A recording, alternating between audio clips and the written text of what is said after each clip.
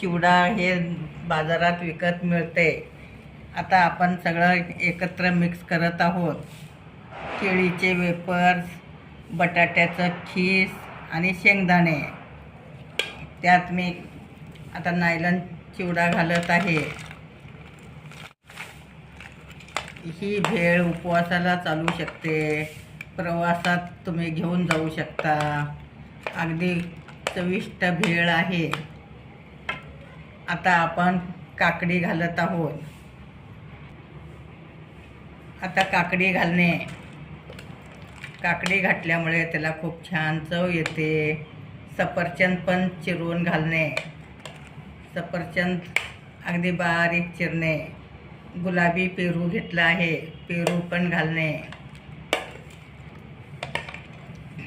आणि डाळिंबाचे दाणे घालणे.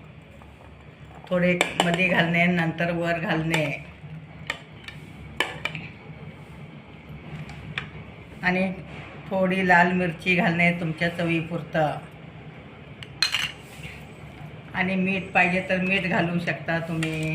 हिरवी मिरची तळून घालणे. आता सगळं मिक्स करणे.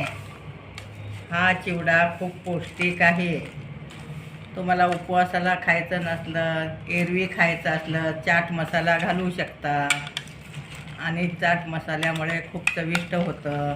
आता मी उपवास असल्यामुळे त्यात घातले नाही. अगदी झटपट होणारी रेसिपी आहे. हिरवी मिरचीसुद्धा तळून घालू शकता तुम्ही. कोथिंबीर चालत असलं कोथिंबीर घालू शकता. दही पाहिजे तर दही घालू शकता. आता मी सुक्की भेळ करणार आहे, त्यामुळं दही घालणार नाही. अशा टाईपमध्ये तुम्ही कालवून घेणे. अगदी डाळिंबाचे दाणेसुद्धा खूप छान लाल दिसतात. आता आपलं सगळं कालवून झालं आहे. वर मी आता डाळिंबाचे दाणे घालणार आहे.